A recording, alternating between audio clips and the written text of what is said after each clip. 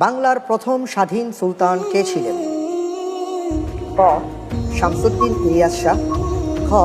ইখতিয়ারউদ্দিন মোহাম্মদ খিলজি, গ. ফখরুদ্দিন মুবারক শাহ, ঘ.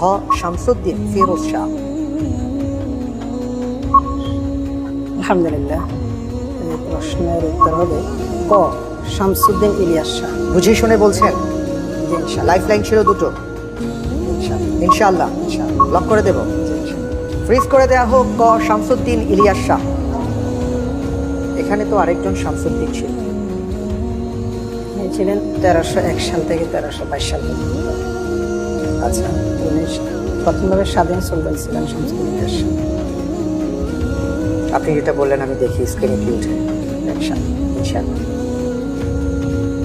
আমি দেখতে পাচ্ছি আপনি যে কথাটি বলেছেন স্ক্রিনে সেটাই উঠেছে। আলহামদুলিল্লাহ। আলহামদুলিল্লাহ।